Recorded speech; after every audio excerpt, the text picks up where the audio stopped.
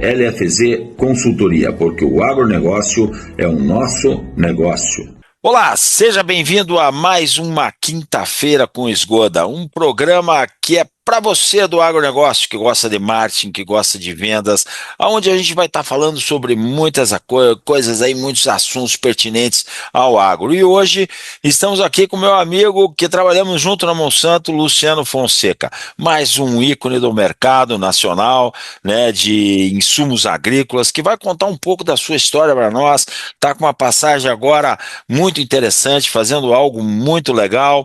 Nasceu em Viçosa, formou em Viçosa e quase 45 anos de Monsanto Bayer, moçada. Esse cara, se olhar na nuca dele, ele tem uma plaquetinha daquele do passivo da companhia, hein? Que o cara punha nas escrivaninhas, né? Luciano, seja bem-vindo ao Agrocanal LFZ Consultoria. Muito obrigado, Esgoda, pela apresentação, né? Queria começar dizendo que é uma honra para mim participar desse bate-papo com você. Não por mim, mas pelo calibre das pessoas que eu já vi que você entrevistou. Não, então eu me sinto realmente muito honrado e, como diz, lisonjeado, né, de ter sido incluso nessa seleta lista que você tem de entrevistados aí do agro. Não sou nenhum um ícone, né, mas a gente trabalha para fazer a coisa direito, né? Eu acho, sabe, Luciano, que esse canal aqui, ele tem muito a oferecer, principalmente para o jovem, né? Então, o jovem que escuta as histórias de como as pessoas fizeram sucesso, pô, você tem uma carreira inteira na tua vida praticamente numa empresa só. Depois a Bayer comprou a Monsanto, mas é uma empresa só, a tua vida inteira, cara. Uhum.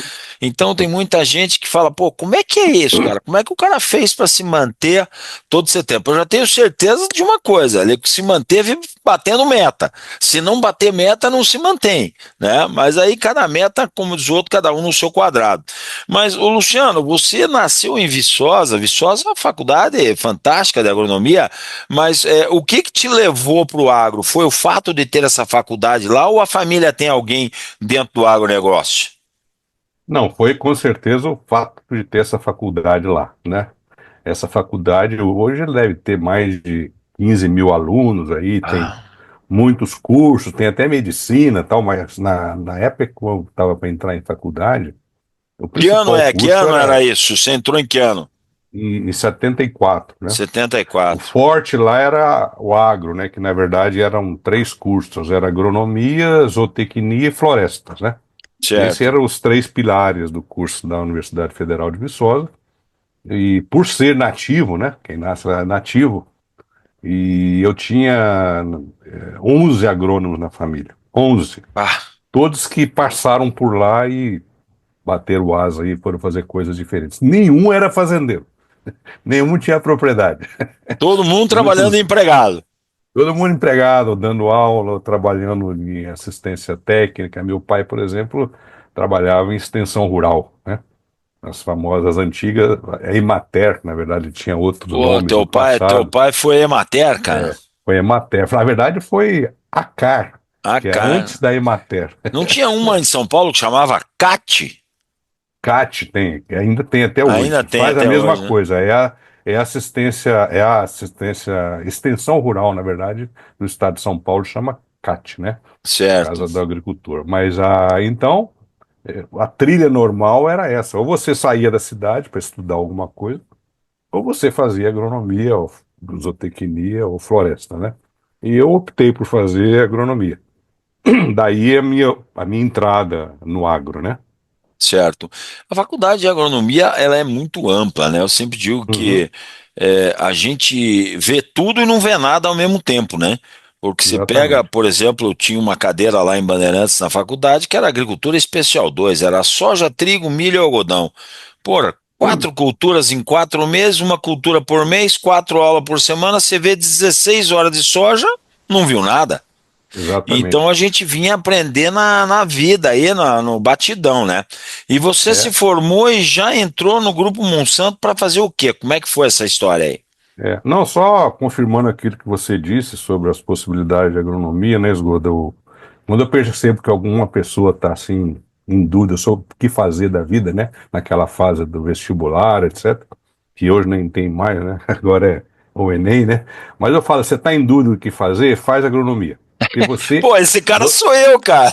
Não, eu falo assim, porque você vai se achar lá. É, cara. Qualquer área que você se imaginar. Eu arrependi, eu queria ter feito medicina. Vai se dedicar à fitopatologia. Eu gosto de número, vai trabalhar com estatística. Eu gosto de engenharia, engenharia rural, que está crescendo, fazendo um monte de coisa legal aí nas fazendas. Então, você vai se achar, né? Economia, tem a área de economia rural que é muito forte, a área de engenharia agrícola, fitopatologia, o que você quiser, você vai fazer, né? E a área ambiental também, que está despontando agora. Então, esse é o conselho que eu dou para as pessoas quando está em dúvida, vai fazer agronomia que você não vai se Pô, arrepender, você vai se eu, não- achar. eu não te encontrei lá para dar esse conselho, mas eu fui aí mesmo, não sabia o que fazer. Eu disse, eu vou fazer agronomia. E graças a Exatamente. Deus acabei acertando, né? E E se hoje estamos acha, aí, como diz o outro, feliz da vida, né? Mas você exatamente. fez agronomia e durante o curso teve alguma coisa que te chamou a atenção, que você disse assim, porra, eu vou fazer isso aqui, eu vou para esse Teve, lado. O que que você teve. estava pensando em fazer quando você estava estudando? Eu era agrônomo de cidade, né? Você percebeu, pelo que eu te falei, agrônomo de cidade, não tinha fazenda, etc. E o dia que eu fiquei conhecendo um negócio chamado herbicida, eu fiquei deslumbrado com aquilo. Falei, mas vem cá, como é que é esse negócio? Você tem um produto químico que você joga na terra, ele mata a erva daninha, mata a cultura, que negócio espetacular. É isso aí que eu vou fazer. Eu adoro, gostei muito do conceito, né? Você começa a imaginar a possibilidade de mistura, de pesquisa para, né, selecionar a melhor dose, melhor produto novo. Estava estourando as empresas de lançar novos produtos aí no mercado, né? E eu me dediquei a esse negócio, me dediquei tanto, não só de interesse de ler sobre o assunto, etc., mas a ponto de falar, quando eu formei, eu falei, vou fazer uma pós-graduação nessa área. Eu não vou entrar direto trabalhando na empresa, ainda que tivesse alguma oportunidade, mas eu fiz lá minhas continhas de padaria, né? Quando eu morava na casa da minha mãe, eu me aventurar aqui pro mercado agora, tem que pagar casa, roupa, comida, vai me sobrar o que me dá a bolsa, né? Que é uma bolsa que eu consegui, a bolsa da CAP, CNPq, né? Aham. Aí fui fazer o mestrado em herbicida, né? Pô, que Por top. sinal, até trabalhei com um produto da Bayer na época, o Metribuzin, saudoso Ah, Metribuzin. Saudoso Sencor. não, tá ainda aí, no Sencor, né? Metribuzina era o Sencor, né? Sencor, esse mesmo, é o É. próprio. Aí fiz minha tese com isso, mal sabia eu que depois ia trabalhar na Bayer, né? Você vê E como é que fiquei, é, né? você vê como é que é, né? Fiquei lá 2 anos e meio fazendo os créditos, a minha tese, e quando eu terminei a minha tese, eu tive a oportunidade de entrar na Monsanto, né? Aí me chamaram lá, O foi pessoal, o muito. que que você acha que levou a Monsanto a ir atrás de você? Era o fato de você já estar trabalhando com mestrado, você recebeu uma indicação de um professor que falou para Monsanto, esse é o cara? Porque isso pode, moçada, ser muito interessante para você que está nos escutando aí, né? Como é que você sai de Exatamente, um mestrado para uma baita de uma empresa dessa, né? Como é que foi? Você exatamente. foi participar de uma seletiva ao acaso? Vieram te buscar? Como é que foi isso? Foi basicamente indicação de orientador, tá? Hum, Que a universidade sempre foi uma fonte, né, principalmente pessoas novas, né, que ainda são considerados, vamos chamar, barato no mercado, né? Um uhum. recém-formado entra com salário base, né? Baixo. Mas foi muito interessante esse episódio na minha vida, cara, porque teve uma consulta lá, a universidade na época tinha um convênio com a empresa de sementes, tá? Eu não vou falar o nome aqui por questões de salvaguardar. Não é que não tem nada de errado, mas eu prefiro não falar. Ok. E pediram, é uma empresa de semente, falaram, estão precisando de um agrônomo para trabalhar na área de produção de sementes, não sei o quê. E meu co-orientador me ofereceu isso daí.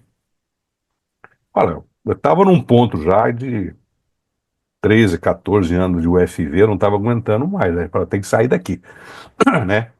E falei, vou lá, vou falar. Falei, semente não é o que eu queria trabalhar, mas pode ser legal. Eu fui lá falar com o pessoal, Viajei 24 horas de ônibus, né? Tá que o pariu. 12 horas de Viçosa até São Paulo, depois mais 12 horas até a cidade que eu fui, que era no interior de São Paulo. Cheguei lá, né? Eu vou falar a cidade aqui, você vai Vou saber concluir quem talvez é, qual né? que é a empresa, né? Mas não tem problema. Cheguei lá em Orlândia, né? Ah, Em Orlândia, 6:30 da tarde, fui lá pro hotel que tinham reservado para mim. A hora que abria a janela, cara, me deu uma depressão, porque Orlândia era pior que Viçosa, né? Olha, eu não trabalhei, não estudei tudo essa minha vida para morar em pra Orlândia. cair nesse buraco aqui. Mas trabalho primeiro, né? A responsabilidade sempre está em primeiro lugar. Vamos lá, fiz a entrevista, nada, etc. O pessoal gostou muito de mim e tal. Aí, me fizeram uma oferta na hora, né? Mas é uma oferta era muito baixa, sabe? Aí eu falei assim, me dá uma semana para pensar. Pronto, tá bom, uma semana. E voltei mais 24 horas de ônibus. 12 horas até São Paulo, 12 horas até Viçosa. Imagine a cabeça nessas E a 12 horas dentro do cabeça ônibus, né? fervilhando, né? Quando eu cheguei em Viçosa de volta, estava andando no corredor lá. Aí veio o meu orientador, me viu. Oh, você fechou lá com a empresa de sementes? Eu disse, ainda não, eu pedi uma semana para pensar. Então liga para esse número aqui, que eles querem um cara de herbicida igual você. Os cara vão te contratar. Se fizer uma entrevista lá boa, eles vão te contratar. Na mesma hora eu liguei, o cara já me chamou, toca eu voltar para São Paulo de ônibus. Mais 12 horas de ônibus até E São era pra Paulo. Monsanto. E era Monsanto, né? Quem que Aí era o eu cara? Você é um lembra? cara que claro que lembro. Você nunca esquece o cara que te deu a primeira oportunidade na vida, né? Com Tenho certeza. certeza. Meu Ele amigo, chama, meu amigo Milton Locatelli, da aí, tá cooperativa vendo? Bom Jesus da Lapa. Tá vendo? Tá vendo? É. E esse se chamava Jorge Ferré, era um peruano, né? Ele, depois que ele saiu, ele deu aula lá no Rio de Janeiro, na universidade lá do quilômetro 47. Ele está vivo ainda, de vez em quando eu mando umas mensagens para ele. Mas era muito interessante, cara, porque a empresa era muito pequena, né? A Monsanto tinha 60 pessoas na divisão agrícola. Já A tinha empresa lançado o Roundup no Brasil? tinha acabado de lançar, estava com 2 anos de lançamento do Randap. Ele organizou lá, a minha entrevista foi uma apresentação da minha tese, né? Ele organizou lá um pessoal de peso, inclusive, o diretor de marketing lá e tal. E fiz a apresentação da minha tese, o pessoal fez um monte de pergunta e ele saiu dali e já me contratou, né? Qual que Aí foi eu tua tese? Você lembra? lembro, claro, eu testei a viabilidade da mistura do metribuzin com o orizalin, que era o surflan. Por quê? Na época, o tratamento padrão de soja era metribuzin com trifluralina, né? Não sei se você lembra, Treflan, Muito, que é muito. muito bom tratamento, mas Treflan é incorporado, né? Aqui dá um trabalho louco para Era incorporar, um pepino. né? Um pepino. E estava começando essa tendência de plantio direto. Então, o que que o Orizalin fazia? Era um graminicida aplicado em mistura de tanque, né? Para ver se batia mais ou menos a mesma eficácia do metribuzin com a trifuralina, né? E O que era deu o que uma dava. baita numa mistura na época, né? Exatamente. E ele não é volátil, né? Porque Ah, a trifluorina é um produto volátil. O orizalin não era volátil. Você não tem que incorporar. Eles simplesmente misturavam no tanque com o metribuzin, aí ele faz lá o ajuste de dosagem, etc. E deu muito certo. Deu tanto certo que logo depois que a Monsanto me contratou, a Bayer foi atrás de mim, sabe?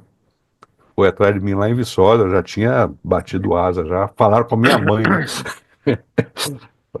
Então bateram lá em casa para foram me na procurar. fonte, né? Foram na Foram mãe. na fonte, na mãe, né? Então foi muito interessante, que aí eu já voltei super animado, né? Aí já, uma semana depois eu já estava contratado e trabalhando no sul de Minas, justamente para fazer a introdução de glifosato em Roundup, no caso, em café, né? E você era um RTV, você era um Não, desenvolvimento de mercado? O que que você eu era? fui contratado como desenvolvimento de produto, tá? Certo. Desenvolvimento, tinha essa área forte na empresa para gerar recomendações para desenvolvimento de produto. Eu era, na época, o primeiro agrônomo com pós-graduação na Monsanto. Não tinha nenhum, né? Eu fui o primeiro. E foi muito interessante, porque o Roundup, né? Depois eu posso contar um episódio também que promoveu isso daí. Ele era usado apenas para controle de erva perene e de difícil controle, né? Tiririca, grama seda, então você capinava, você mudava de lugar, né? Porque que era chuva, brotava tudo. Então o pessoal usava muito Bramoxone, né, para fazer o tratamento padrão, mas também rebrotava as perenes e complementava então com o glifosato, porque ele era muito caro, né? O glifosato, o Se Roundup, no eu não me caso, engano, era US$ 28 no litro. Será que eu estou falando besteira, não? você tá falando exatamente o preço que era esse. Pra você ter uma ideia, Esgoda, primeira viagem internacional que eu fiz foi pela Monsanto também. Eles me pediram para fazer um curso, né? Me ofereceram fazer um curso nos Estados Unidos, tal, a Universidade Purdue, um curso de atualização em herbicidas, tal. E eu entrei no Free Shop. E eu tinha já, né, a época era tão raro viajar para fora, o pessoal fazia encomenda para você, né? O pessoal me encomendou, tem um amigo meu, falou, traz um Free Shop 1 litro de Ballantines para mim. Eu não bebi isso, vou trazer para você, a minha cota eu trago para você, tudo bem. A hora que eu fui comprar o danado do Ballantines, US$ 27 o litro. Aí eu falei, pô, vem cá, mas esse aqui é o preço de Roundup. Preço de um Essa litro empresa que eu, de. essa empresa que eu trabalho vai ganhar muito dinheiro, né? Vende 1 litro de Roundup pelo preço de Ballantines, que era um uísque muito bom na época. Hoje já tem uísques melhores, né? Esse negócio me impressionou, né, cara? E, foi isso mesmo que aconteceu, era US$ 27 o litro. E à medida que o produto foi abaixando de preço, né? Eu tenho uma história interessante para te contar sobre isso também. Ele foi expandindo a sua base de uso. Então, já que ele começou a viabilizar o uso para outros métodos de controle, que não só para perenes, né? Ele começou a ganhar mercado. Ao ponto que hoje 100% da área de café é tratada com glifosato, Roundup, né? Se você fosse Então, falar assim do boom do glifosato, vamos falar até um pouco antes do plantio direto, ele foi aonde? Ele foi no café, ou foi nas foi culturas somente perenes. nas Café, perenes? citros, principalmente, né? Café e citros, né? Hum. Antes do plantio direto. Que assim que começou a ter a redução de preço, ele foi expandindo a base de uso. Elasticidade, preço-volume, né? Você abaixa o preço, aumenta o volume. Que você aumenta a atratividade do produto para fazer. Ninguém quer pegar na enxada mais naquela época, né? Hoje, Ho- Hoje, menos ainda, né? hoje dá arrepio, naquela época já era ruim, É, né? exatamente. Mas foi muito interessante esse case, ô Esgoda, porque eu lembro direitinho dos números, cara. Quando eu entrei na Monsanto, o produto custava US$ 27 o litro. A gente vendia 350 mil galões na Monsanto. Galões, que era a medida de volume, 3,785 litros, né? E os marqueteiros da época falavam que o potencial do mercado era 500 mil galões. Então a gente já estaria muito próximo ali do potencial. Eles estavam totalmente errado, né? Aliás, essa é uma pergunta que até hoje não tem resposta, né? Qual que é o teto de uso do Tamanho do produto? mercado. A gente não sabe. A gente vai testando o mercado, né? Ele entra primeiro do que o registro, né? O pessoal começa a usar o produto, você tem que correr atrás lá para registrar o produto para aquela cultura, né? Então foi é um case assim muito interessante, porque hoje o volume de mercado é 50 milhões de galões.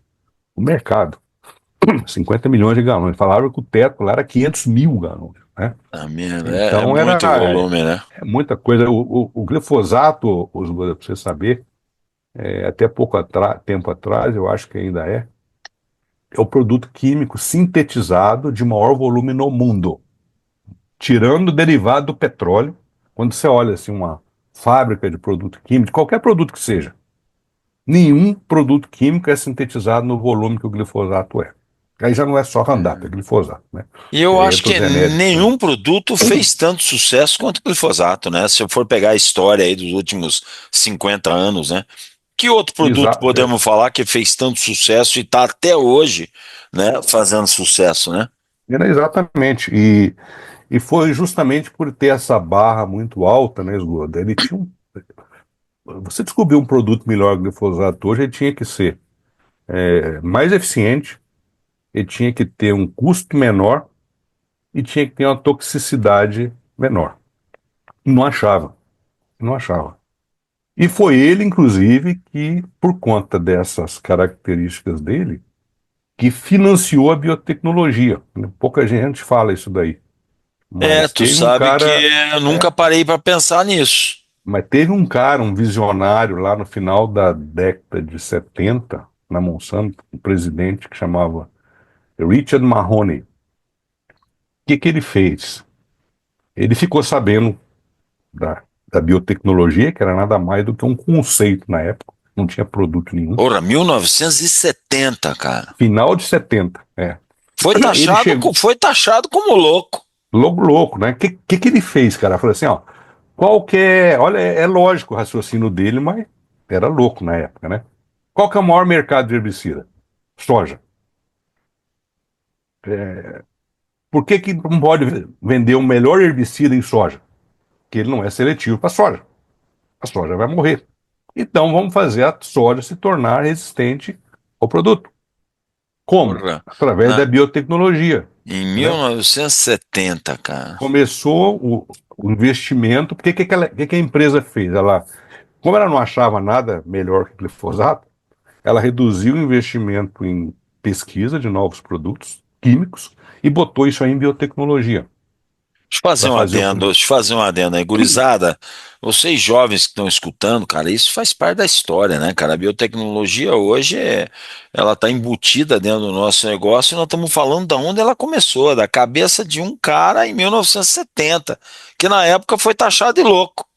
Exatamente. E era um presidente. Hoje é um visionário, né?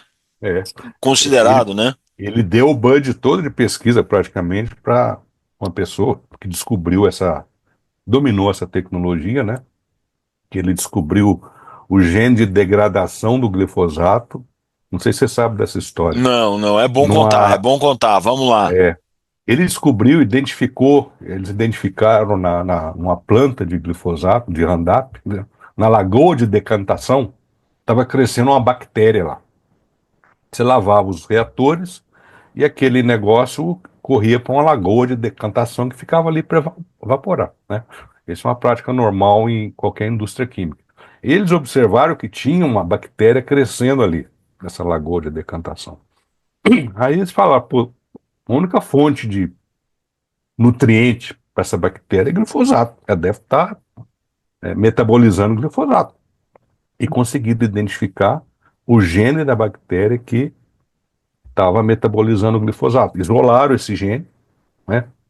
E botaram esse gene dentro da planta de soja, no Que início, coisa né? doida, cara. Depois botaram em milho, em soja, porque você domina. Que ano você acha que nós estávamos aí?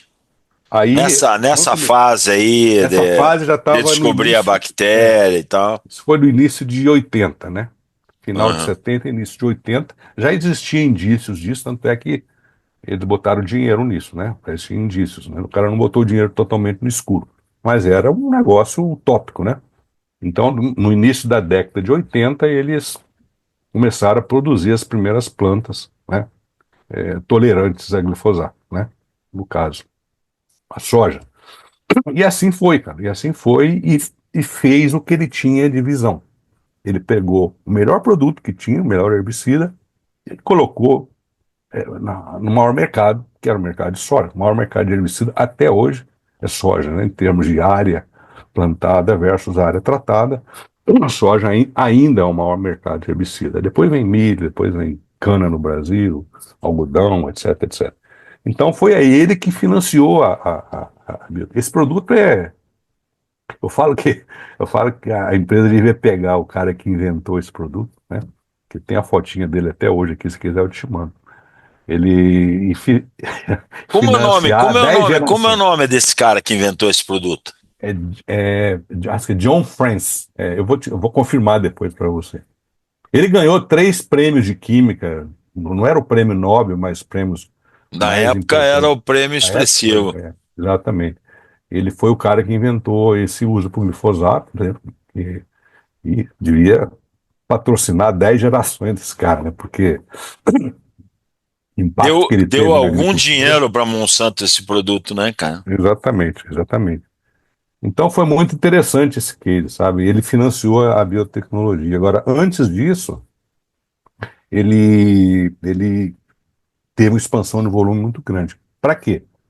Para poder, inclusive, viabilizar o preço que ele ia ser usado na soja, né? Porque com US$ 27 o litro, ninguém ia usar nada em soja, né? O tratamento padrão na época, que era o melhor, que era com Scepter, custava aí US$ 45, US$ 50, né? Na época, por hectare, né? Então, tinha que ter um preço razoável. E teve um episódio até que, muito engraçado que eu queria te contar, que promoveu a redução do preço do glifosato, principalmente no Brasil, do Roundup. Na época, eu estava trabalhando ainda em desenvolvimento de produto. Naquela época não tinha computador, não tinha celular, não tinha nada. E eu recebi, se o seu chefe quisesse falar com você, ou ele ligava antes de você sair para o campo, 6h30, 7 horas, ou quando você voltava. Eu estava saindo para o campo, toco o telefone, eu era solteiro na época, então, morava lá em Bauru, né, na época, ele tinha transferido do sul de Minas para Bauru. Ele vira para mim e fala o seguinte, falou, o que você está indo fazer? Eu estou saindo para avaliar um ensaio. Estou indo avaliar um ensaio. Cancela essa avaliação, pega o carro e vem para São Paulo. Eu morava em Bauru, 300 quilômetros de São Paulo, mais ou menos. Eu falei, ô Paulo, mas chamava Paulo Bulamac. Ô Paulo, você pode me adiantar o assunto, pelo menos? Não, vem aqui, é um assunto confidencial, eu tenho que falar para você. Esgoda, pior viagem que eu já fiz na minha vida. Achei que ele ia Foi me mandar embora. queimando fosfato daqui até Eu lá. falei, esse cara, eu cheguei ao ponto de limpar o carro, pra você ter ideia. Eu tinha 3, 4 anos de empresa, né? Cheguei o cara, a ponto de limpar o carro, tirar minhas coisas dentro do carro e levar minha carteira profissional. Falei, esse cara vai me mandar Vai me embora, né? mandar embora, né? E que eu fiz de errado, cara? Eu não fiz nada de errado, não sei o quê. Aí cheguei lá, pelo menos 11h30, meio-dia, tá todo mundo saindo para almoçar, ele tava me esperando lá na sala dele. Aí eu entrei, ele falou, ó, fecha a porta. Fechei a porta. Ele bateu a mão assim debaixo da mesa, tirou um galão de um glifosato genérico e falou assim: testa, pode ir embora. Eu comecei a dar risada, né? Para isso que ele me chamou aqui, cara, porque você não me falou, Paulo. Eu falei assim: você me vai lá e vai embora. Me fala se isso aqui funciona igual o Roundup. E aí que vem o. Até então não existia Não genérico. existia, não existia. Esse aqui é o ponto interessante. O Brasil, não sei se você sabe, ele foi o primeiro país do mundo a ter uma concorrência legal de glifosato. Quem que Porque era a empresa que tinha muito produzia? pirata, né? Tinha muito pirata aí por aí. Em prática, você entrava lá e fechava empresa, advogado, não sei o quê, propriedade intelectual. E a empresa, a primeira empresa do mundo que fez uma concorrência legal com a Roundup foi a Nortox. E por isso que é importante, né? Visitei a Nortox sexta-feira, meu amigo Ferrari, tivemos lá trocando figurinha lá. O Rice está lá agora, né? Tá lá o Trabalhando com Rice. melhoramento. Isso. Mas é uma empresa muito séria que, na verdade, no Brasil, não sei se você sabe disso, a patente do produto não é do produto final, é do processo de fabricação. Não sabia disso. Então você tem que ir lá registrar, vamos chamar assim, proteger, né, o processo de fabricação para chegar naquele produto final, não no produto final. Você pode proteger quantos processos possíveis existirem, né? E a Monsanto, Que ano nós estávamos aí? nós estávamos exatamente no meados de 80, 85, por aí. E aí que E você levou um susto a hora que aplicou o produto e viu que ele funcionava igual? cara, vou te contar a história como um todo, tá? Começou a chegar informação do Zé TV da seu estado, aí do Paraná, dizendo o seguinte, ó, a Nortox está anunciando que vai ter glifosato. Aí os bambambam lá, os advogados, tá blefando, nós temos patente, tá blefando, nós temos patente. Passava mais 2 meses, saiu a lista de preço. Aí falou assim, tá blefando, nós temos patente. Os caras não ouvem o campo, né? Olha só. Não houve o campo. É lá que acontecem as coisas reais, né? Não é no escritório da empresa, em qualquer lugar que seja. Até hoje eles não ouvem o Até campo. hoje assim, até hoje assim.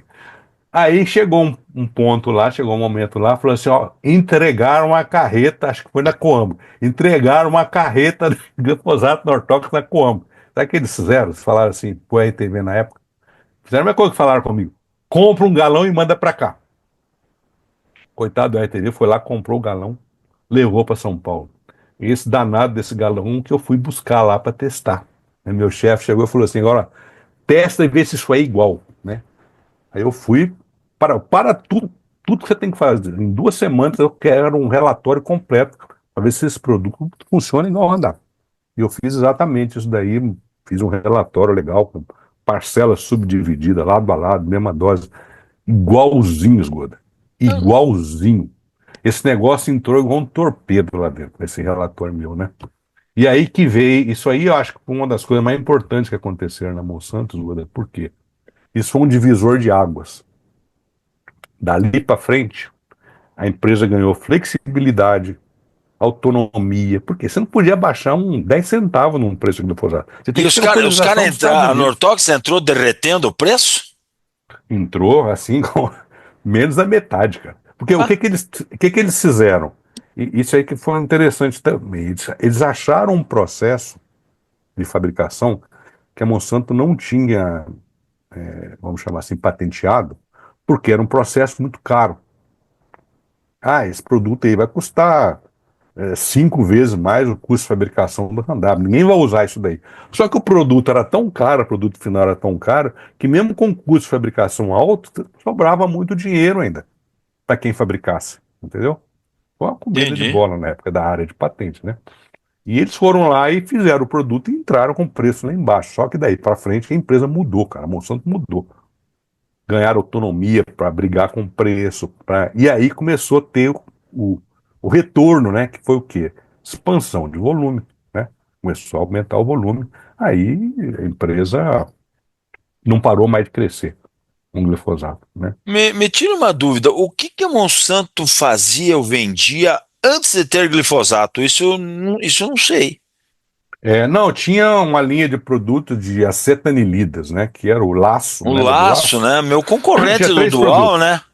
Exatamente, concorrendo do Dual. Tinha 3 produtos. Tinha um laço, o que era que era o Alaclor, né? O A Alaclor. Laclor. Tinha o Machete, que era o Butaclor, que é um produto para arroz. Eu Depois lembro veio o desse, eu lembro Spark, desse nome. veio o Spark, que era produto do Butaclor com propanil, que é o produto para arroz. Tinha esses 3 produtos, uma linha muito limitada, né? De alternativas. Ela praticamente não existia, né? Arranhava no mercado agrícola, né? E essa época do laço, não deve ser do seu tempo. Sabe como é que começaram a usar o laço no Brasil? Não faço Começa ideia. que não tinha registro, não é obrigatório você ter registro, como tem hoje. Você dá uma notificação lá para o Ministério. Você importava o produto era rótulo em inglês, escrito com 2 S's, que era o produto que era usado nos Estados Unidos. Rótulo em inglês. Então o que, que o pessoal fazia? Ah, esse produto é para soja, vamos usar igual o Tereflan, que era 2 litros por hectare incorporado. Lá a dosagem dele é 6, 7 litros, até 8 litros, se for solo pesado. Então os caras começaram a usar laço incorporado, 2 litros por hectare. Não sei te falar o que aconteceu, né? No sul do país, que era o mercado mais importante de soja, né? Rio Queimou Grande do na Sul. largada. Queimou na largada, né? Depois o produto foi reposicionado, a gente fez o rótulo em português, registro bonitinho, posicionou o produto certinho com a dosagem correta. Aí ele se sustentou até chegou a ter um volume considerável no Cerrado. Ele tinha um fit muito bom para o Cerrado. Mas depois do Roundup que a empresa começou a existir praticamente, né? Certo. E você ficou como desenvolvimento de produto em Minas e depois você veio para Bauru na mesma função. Mesma de- função, mas só que com foco diferente, né? Ah, Quando eu fui para Bauru, eu fui para fazer o desenvolvimento do Roundup para matar soqueira de cana, que entendi. é um produto excelente para matar soqueira de cana, né? Certo. Você renovar um canavial é muito caro, né? E a operação mais complicada que tem é justamente você matar a soqueira da cana antiga, porque a longevidade dela ali é mais ou menos 5 anos, né? Depois ela começa a perder produtividade. Você vai cortando, ela vai botando, cortando, botando, até ela começa a perder produtividade, que compensa mais você renovar aquele canavial. E como é que você mata aquela cana de 5 anos, com aquela testosterona, né? Na, método mecânico é o que tinha disponível na época. E aquilo brotava muito, virava um salseiro aqui no campo, né? Um angu de caroço aqui. E o Roundup matava, assim, a cana perfeito. Você podia fazer plantio direto, inclusive. Você matava a linha de cana, você colhia a última colheita e esperava ela brotar. Ela Produto brotava, sistêmico, né? exatamente. Quando ela brotava, chegava assim uns 50 centímetros de altura, você aplicava o Roundup. E você vinha e sulcava no meio. Então ficava até bonito, ficava aquela cana Cana seca, né? morta no meio e Morta brotando e outra. novinha brotando. Até hoje é feito isso aí, é verdade. Até hoje. Começou naquela época. Eu fui para Bauru, né, que era uma área região de cana, com o objetivo de desenvolver isso daí, né? Quanto tempo você ficou nessa função lá para esse lado de Bauru, mexendo com Ah, cana? fiquei uns 4 anos lá. Uns 4 anos, que na verdade passou a ser cana e florestas também. Hum, Eu trabalhei introduzindo o Roundup em florestas, né? certo. Então, Dividindo o espaço com a Conceição. Conceição foi aquisição nossa na época, né? É, Trabalhamos junto, né? Então, a gente pegou, inclusive, ela pegou um equipamento que tinha para aplicar Roundup em café e fez o protótipo dela. Você sabe que até hoje tem um equipamento no mercado de floresta que chama Conceição? o Você nome sabia chama disso? Conceição. Conceição. O pessoal apresenta em congresso, isso aqui é Conceição. Ela Outro dia sabe eu disso. fiz entrevista com a Conceição Guimarães, que é hoje diretora de RH da UPL. Foi Ela, um mesmo. bate-papo muito legal, né? Muito Ela foi a top. primeira RTV mulher da Monsanto. Você vê, né? Às vezes É. as mulheres falam, mas mulher dá certo, tanto dá como deu, né? Então é Dá só certo, ter perfeito. vontade, né? E aí Exatamente. você dali foi para onde? De Bauru você foi para onde? Então, você pegar, somar o tempo que eu fiquei no sul de Minas com café mais Bauru, deu uns 6, 7 anos no campo, né? Aí depois me chamaram para começar uma área nova de marketing na Monsanto, que era a área chamava de mercados não agrícolas. Lembra do Roundup NA? Deve ter ouvido Sim, falar. Ele aplicava nasceu para nessa época. aplicava para matar o mato no meio dos açudes. Onde não tivesse cultura, né? E floresta Não, era um dos no mercados. no meio do açude acho que era outro produto, não era? Não, era esse mesmo. Era esse Era mesmo? esse mesmo. É. Era esse mesmo. Tinha muito A gente já açude teve, que tinha a erva gente já daninha teve e tal. a gente já teve o ródio, né? Que era uma formulação para uso, controle de aquática, né? Hã? E tinha também o NA, né? Que era para qualquer área não agrícola. Aí entrava floresta, entrava ferrovia, entrava pátios industriais, entrava rodovia, né? Tudo é aí que deu origem, inclusive, ao nome NA, Roundup não agrícola, né? É. Eu fui começar esse mercado Moçada, aí. pense o seguinte, ó. Imagine uma ferrovia e os caras passar hand-up na ferrovia quilômetros e quilômetros aí para matar o mato, né? Para o trem Exatamente. andar. O cara passava com os carrinhos aqueles lá, né? Puta, que Exato. é A, muita todo, história, né? a toda hora tem um mercado desses, Goda. Você sabe que um mercado que eu conheci há pouco tempo atrás, eu não conhecia, fiquei conhecendo ano passado, praticamente, num congresso que eu fui de herbicidas. Você sabe um mercado que está começando a aparecer? Você vai dar risada. Painel solar. Você As imagina, placas solares, o mato hoje tem assim, crescendo. hoje tem hectares de painel solar lá, né? Você deve ter visto por aí.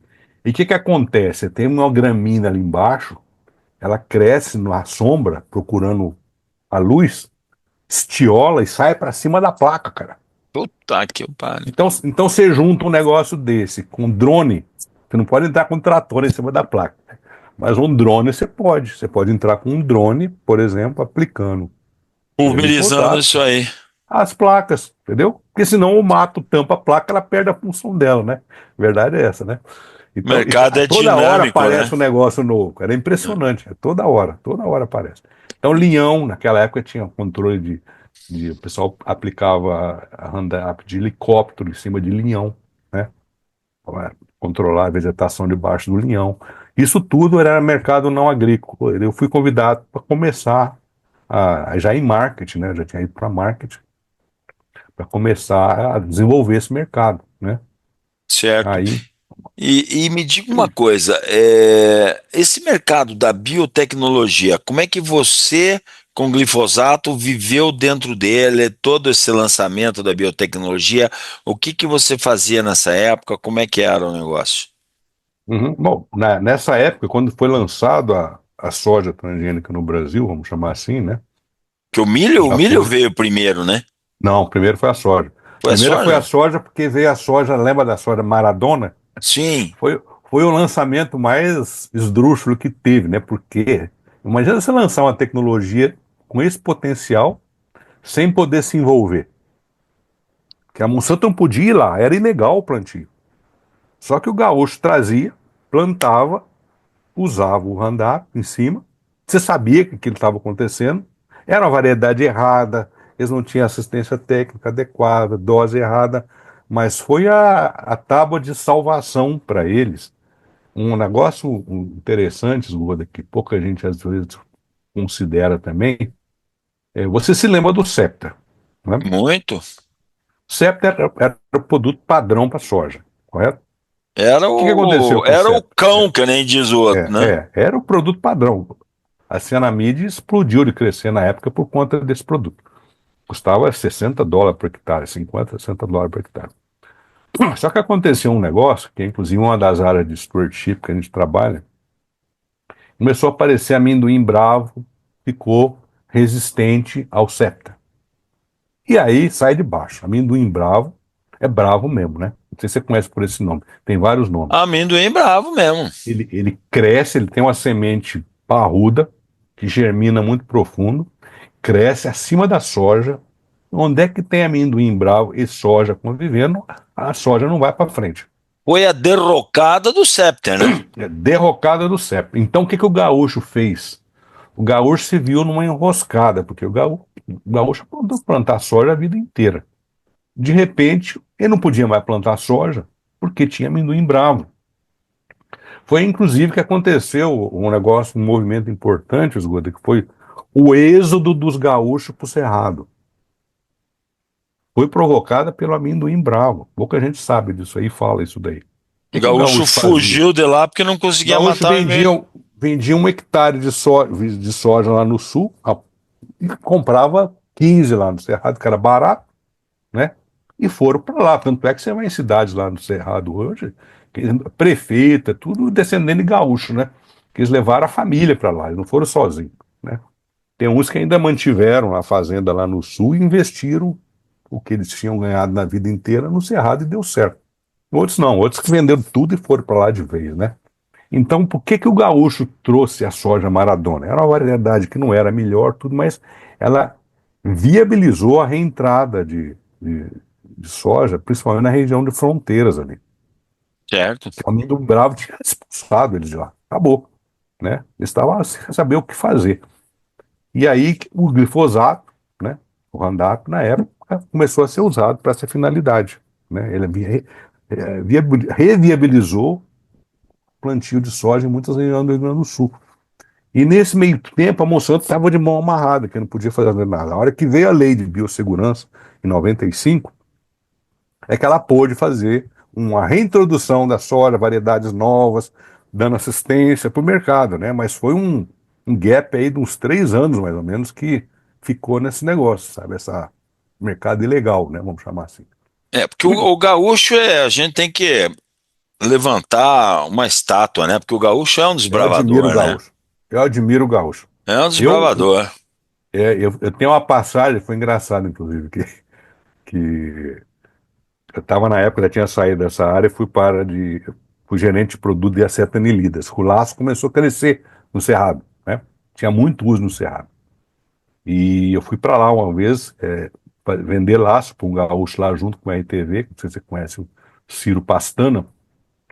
Ciro Pastana estava lá indo para estava indo para o Cerrado naquela época, eu era gerente de laço, fui visitá-lo lá em Primavera, né? E fomos visitar um gaúcho lá.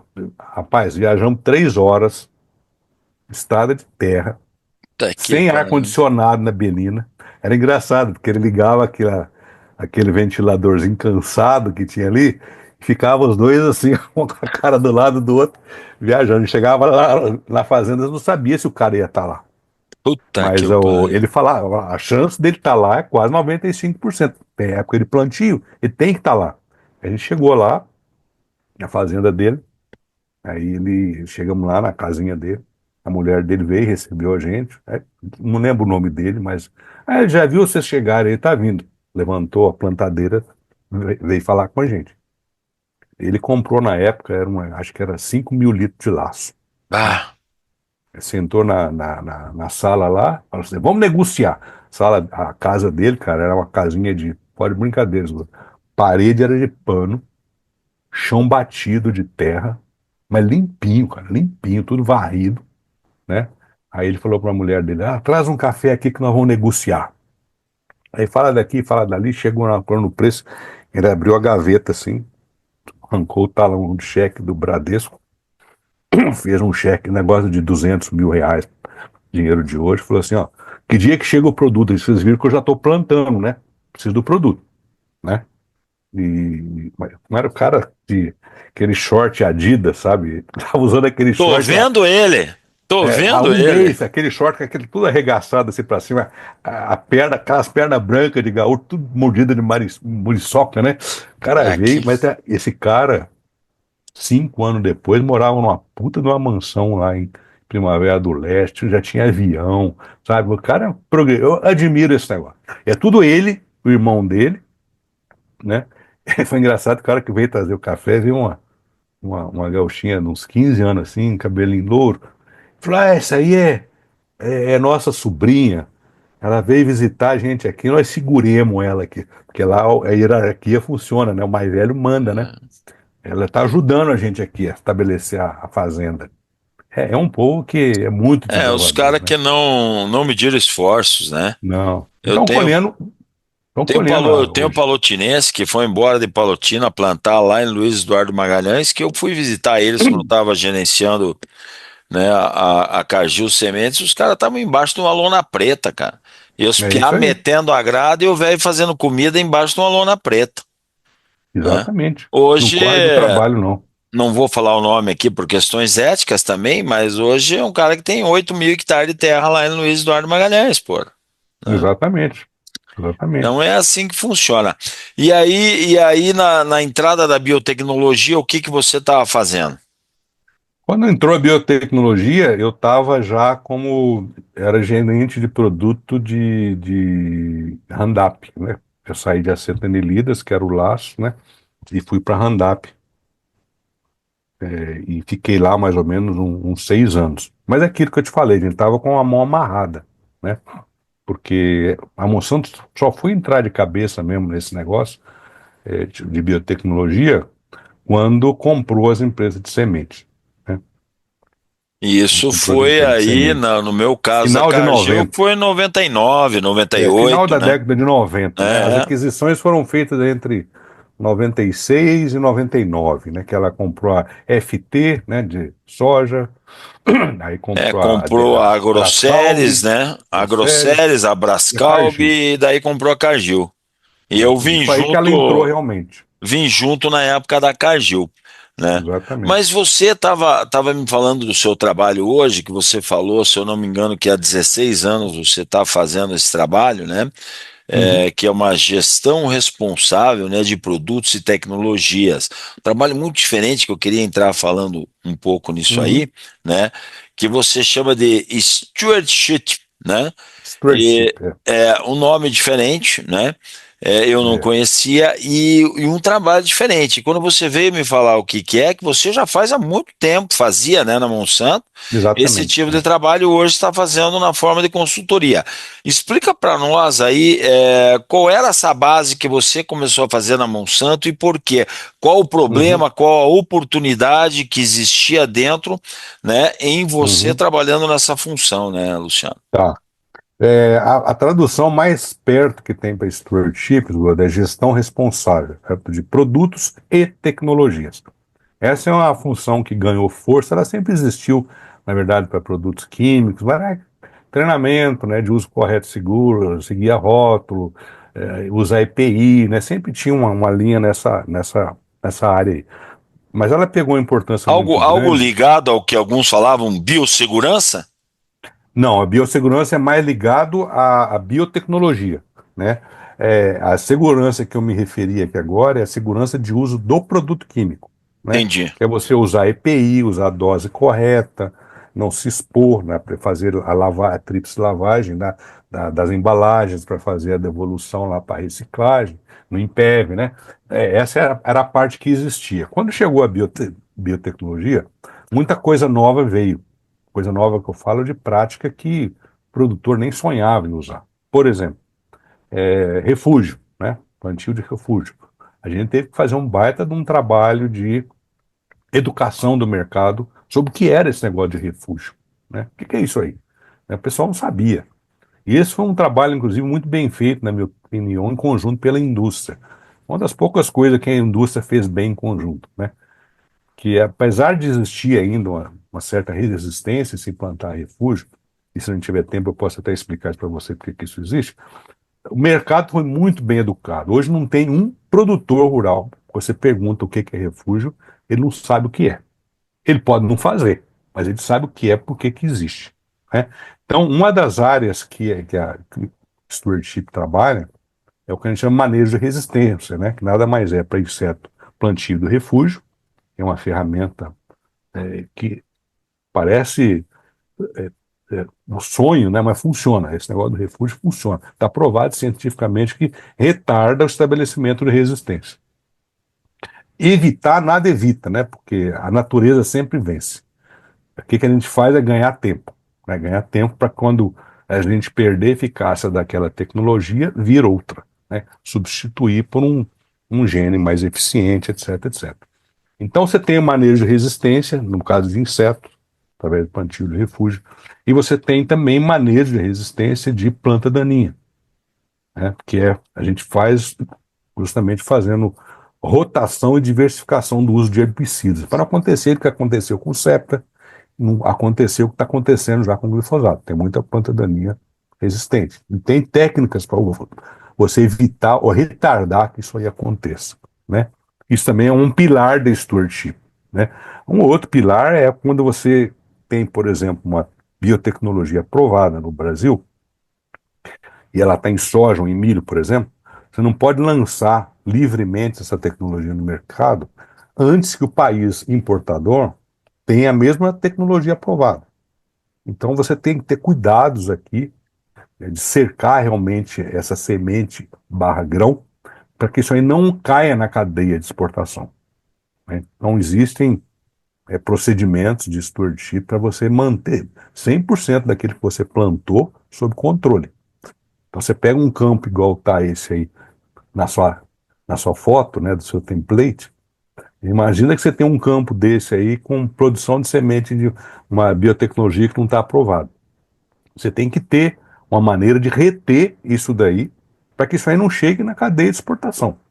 Porque se chegar uma biotecnologia não aprovada na cadeia de exportação, isso aí pode comprometer totalmente a capacidade do país exportar, né? Então isso aí também é uma área importante de stewardship. Nós fizemos isso aí, a gente faz isso aí até hoje, né? Começou a fazer com Intacta, né?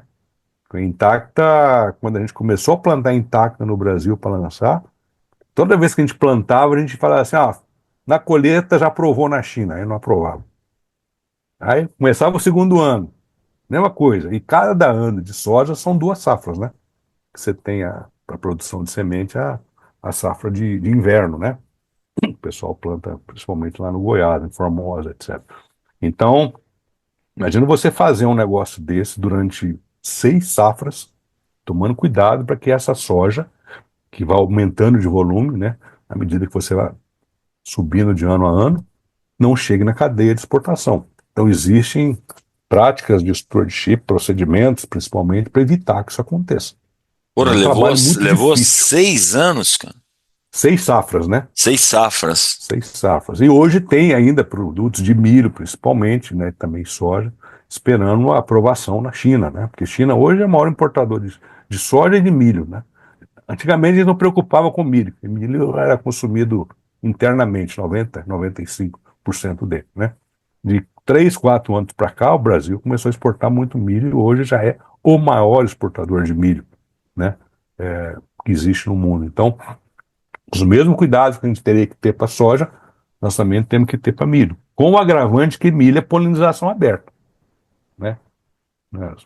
Não adianta só você isolar o campo, né, de plantios sem ter cuidados de bordadura, porque o pólen pode viajar lá e contaminar o milho do vizinho, contaminar entre aspas, né, porque não é veneno, né, e comprometer aquele milho para exportação.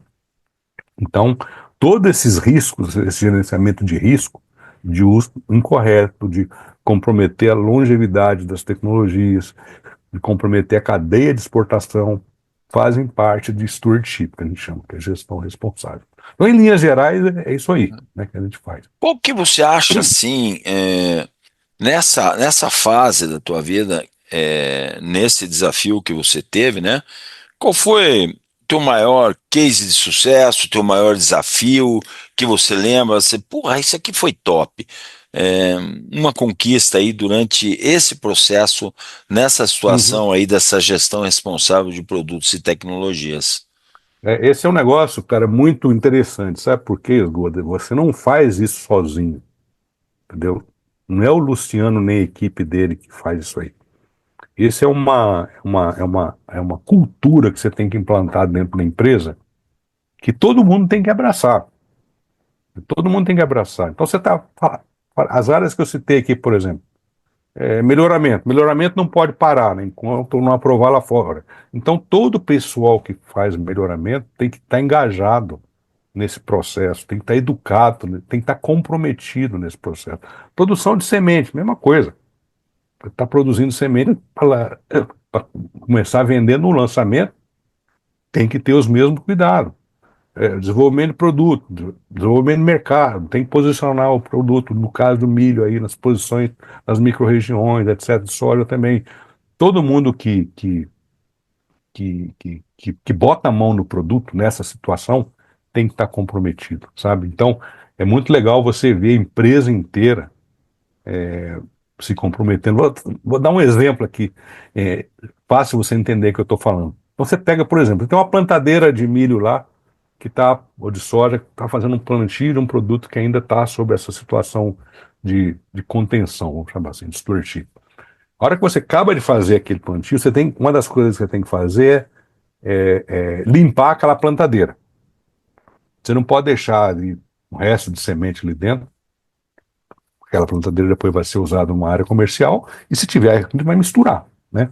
Então tem que limpar, né? E uma das coisas que nós fazíamos, né, na época na Monsanto, a gente compartilhava áreas para todo mundo plantar junto, para ficar mais fácil de você ter o controle da situação, não? Então a gente fazia uma bordadura de milho, né, na época, só para facilitar a visualização. E ali dentro, breeding plantava, melhoramento plantava, desenvolvimento de mercado plantava, produção de semente plantava, né, e um ajudava o outro, né? E teve uma época que, um caso, inclusive, uma época a pessoa me ligou, era de outra área, né? Ah, Luciano, estou te ligando porque eu perco um tempo danado aqui para limpar minha plantadeira e o cara que está plantando aqui do meu lado pegou a plantadeira e foi embora sem limpar. Então, um começa a vigiar o outro. Isso é responsabilidade compartilhada. Isso é muito legal de ver, sabe? Que é aí que a coisa funciona. Não adianta a gente estar lá de São Paulo, dando procedimento e ordem para todo mundo cumprir, mas se as pessoas não tiverem comprometidas, né? Então, Ou seja, o maior desafio é convencer a importância disso exatamente. em todos trabalharem junto aí, né? Exatamente. E ter apoio da liderança, né? E ter apoio da liderança, que isso não é uma coisa que o Luciano está fazendo, é uma coisa que a empresa está fazendo, né? E coloca em risco a empresa inteira se der uma coisa errada, né? Então eu lembro que uma época, quando a gente estava fazendo o primeiro plantio de stewardship intacta, um cara que se entrevistou já aí, o Rodrigo Santos, me pegou no corredor lá e falou assim: "Ô, Luciano, nós temos condição de fazer isso que você está falando que não fazer?" Ele olhou no olho assim, né? Eu falei assim: temo, Rodrigo, com duas condições. Primeiro, a liderança apoiar, dizer que isso é importante. E segundo, ter os recursos para fazer isso aí. Porque não é caro, não é fácil você, não é barato você controlar, conter um volume grande de semente que você colheu, tem que destruir aquilo, ou você tem que manter num silo isolado, né? Fechado, com segurança tomando conta, né? Então, tem que ter recurso e tem que ter apoio da liderança, que aí a turma vem junto, tá? Para você implantar a cultura de stewardship. E o paralelo que eu uso para isso, Esgoda, é que eu falo, o sonho de qualquer pessoa que trabalha com stewardship é chegar num patamar, vamos chamar assim, de conscientização, de cultura, igual tem na área de segurança de produto, ou segurança de pessoas mesmo.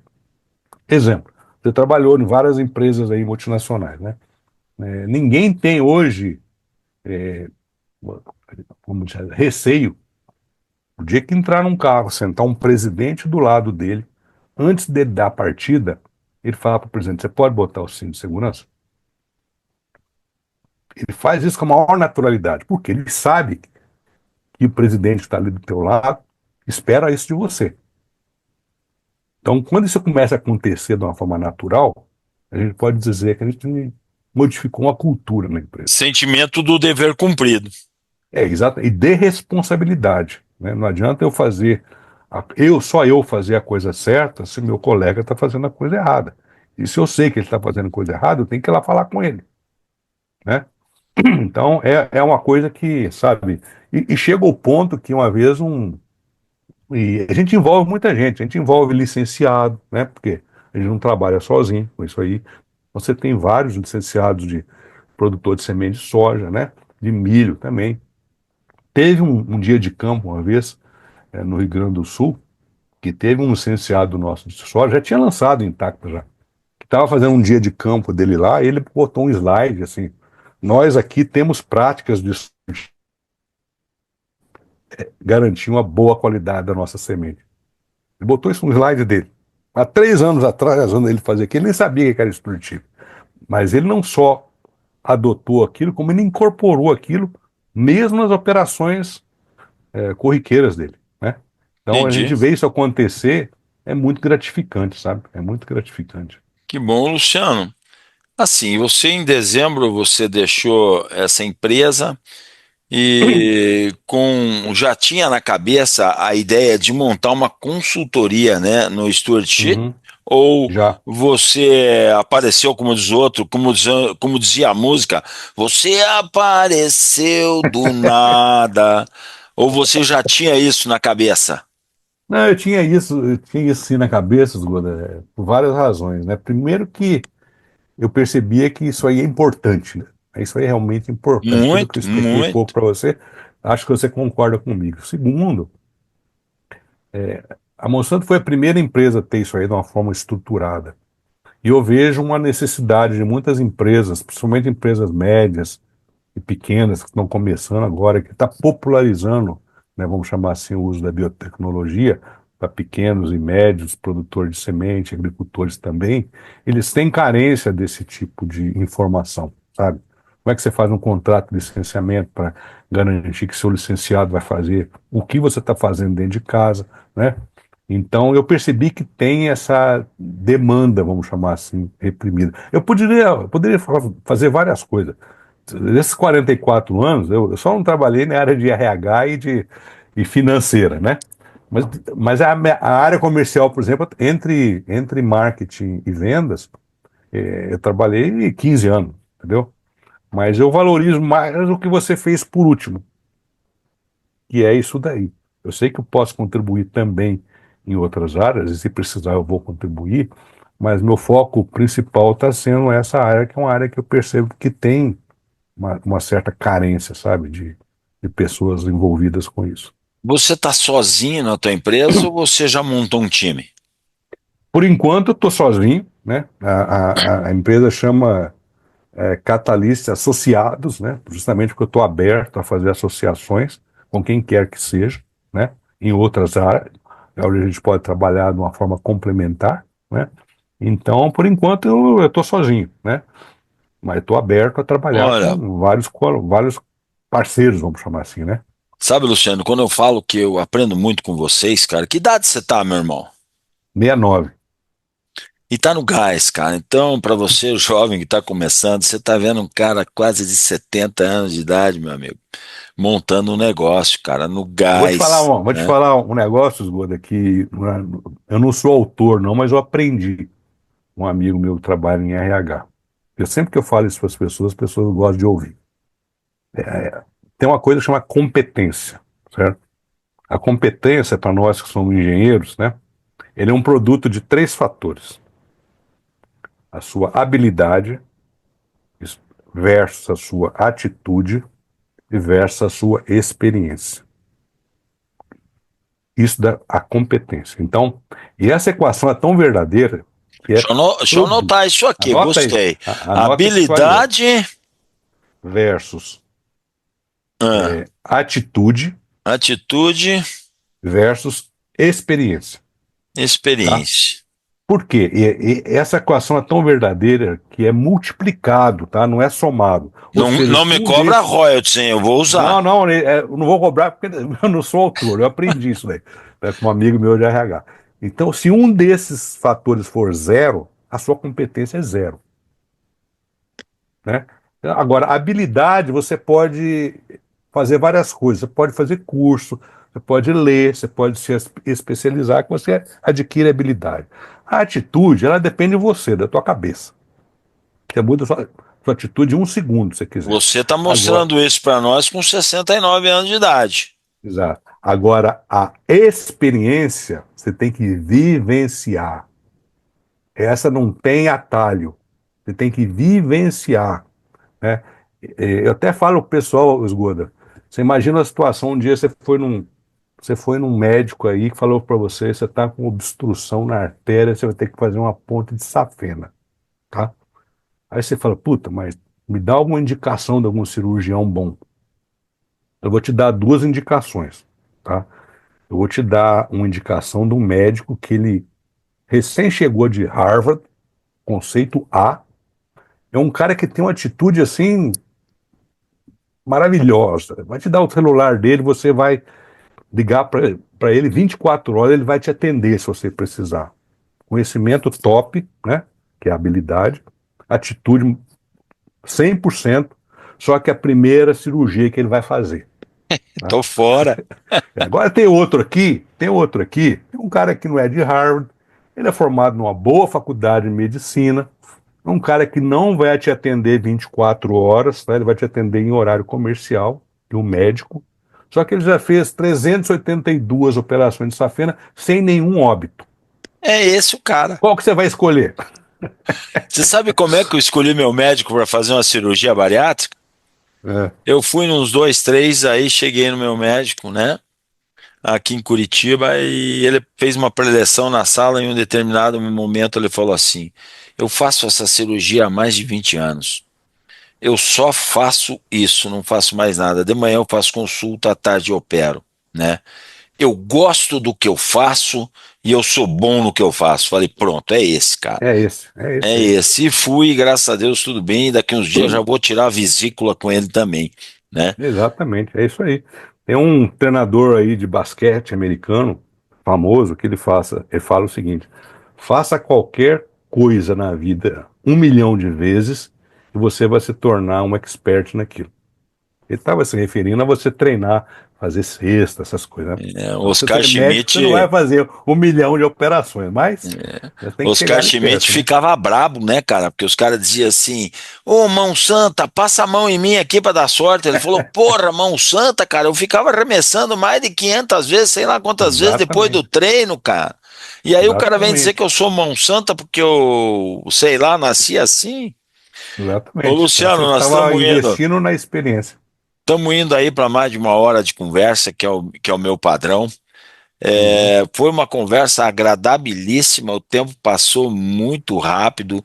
Cara, eu aprendi muita coisa com você hoje aqui, meu irmão. Muita coisa com você aqui, tanto no início quanto no fim, principalmente. São coisas que me Uhum. chamaram muita atenção, de toda a tua experiência, juntando a tua habilidade aí com a tua atitude, com 69 anos de montar uma empresa e ir para o mercado. E eu tenho certeza que o sucesso é absoluto, não tenho dúvida. É só uma questão de tempo, porque todo mundo precisa daquilo que você tem, né? E eu queria que você deixasse um recado para a turma que está te escutando aqui, né? O que que você Uhum. diria para esse cara chegar aos 69 anos, meu irmão, com a atitude que você está tendo? Fala para mim, cara. Uhum. Qual é o segredo? O que que você poderia dizer? Eu vou dar uma resposta que, de novo, não é minha, mas eu aprendi, tá? Na vida. com um consultor de empresas, né? Que nem é muito famoso, eu posso te dar o nome dele se você quiser depois, para botar aí no seu blog. Mas uma vez eu estava vendo uma palestra dele e ele disse o seguinte: falou, você quer ter sucesso na vida? Você quer ter um salário alto? Quem aqui acha que o seu salário é proporcional à importância daquilo que você faz? Todo mundo levantou a mão. Era uma audiência de mais de 1.000 pessoas, né? Falou, vocês estão tudo errado. Vocês estão tudo errado. Você quer ganhar 10 milhões de dólares, 10 milhões de dólares em 3 segundos, você sobe no ringue e derruba o Mike Tyson. Na época o Mike Tyson estava no auge, né? Hoje até não é difícil derrubar ele não, né? Mas na época ele estava no auge da carreira dele. Então, falando assim, salário e sucesso não depende da importância que você faz. Depende de um negócio que chama, uma palavra em inglês, ele chama uniqueness, que é uma coisa que poucas pessoas fazem aquilo. Poucas pessoas fazem aquilo. Então, ele falava pra gente, acha o seu diferencial, que é nada mais do que o seu talento, tá? Muita gente fala, Esgoda, faz o que gosta. Fazer o que gosta é muito importante.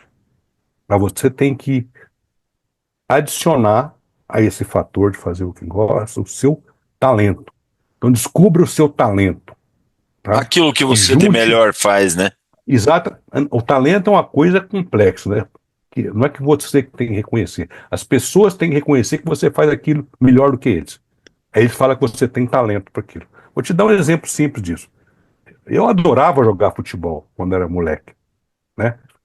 O que eu gosto de fazer? Jogar futebol. Mas eu não tinha talento para aquilo, era um perna de pau. Então, se eu tivesse insistindo em jogar futebol até hoje, ou ia ser um jogador medíocre, eu já tinha morrido de fome. Não, então você tem que associar. O mais importante é você achar o seu talento, que é aquilo que te diferencia do mercado.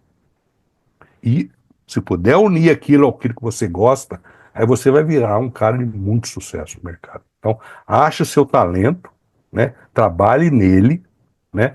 Para que você possa ter sucesso na carreira. E ele desafiava a gente. Outra coisa que ele falou: quem é aqui que investe em treinamento em corrigir ponto fraco? Todo mundo, não, vocês estão tudo errado. Tempo é uma coisa limitada. Você tem que investir seu tempo para você investir naquilo que você já faz bem, para você ficar melhor ainda. Então, imagina o dia que o Neymar acordar e falar assim: eu sou um goleiro ruim, eu quero treinar para ser goleiro. Ele vai parar de treinar para fazer gol. Ele vai ser um goleiro medíocre e um atacante medíocre. E muita gente faz isso, né? Fica investindo em ponto fraco. O ponto fraco não pode te limitar. Agora, ele não pode ser a sua prioridade. A sua prioridade tem que ser: invista naquilo que você é bom, para você ficar melhor ainda, né? O comandante Interessante. Rolim, o comandante Rolim falava isso aí, né? Em busca do ótimo, você não faz o bom, né? Mas vai atrás do ótimo, né? Então o conselho que eu daria para essa turma nova que está começando aí é: ache o seu talento, se diferencie no mercado para que você possa ser reconhecido por aquilo, né? Não só Perfeito. fazer o que gosta, né? O que gosta é muito importante, mas não é suficiente. Eu já fiz muita coisa que não gosto para poder sobreviver. Você também já deve ter feito, né? Perfeito, né? Mas, Luciano, queria agradecer aí esse bate-papo que tu me deu a oportunidade de relembrar muitas coisas aí, que a gente viveu uma parte desse tempo junto dentro da Monsanto. Uhum. Agradecer a tua disponibilidade, o teu tempo para a gente estar aqui no Agro Canal LFZ Consultoria, né? Assim, deixar as portas abertas aí para novas oportunidades, porque já já a gente quer voltar a conversar sobre stewardship com você. Obrigado, meu É, irmão. Muito obrigado por ter estado aqui comigo. eu que agradeço. A recíproca é verdadeira e estamos sempre à disposição. Foi um prazer falar com você e sua audiência, Esguda. Valeu, Sucesso aí obrigado. e parabéns pelo que você está fazendo.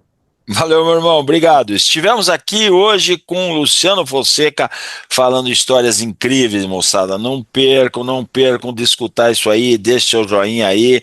Agrocanal LFZ Consultoria. Por quê, moçada? Porque o agro no negócio é o nosso negócio e o agro não para. Um abraço e até a próxima, gurizada.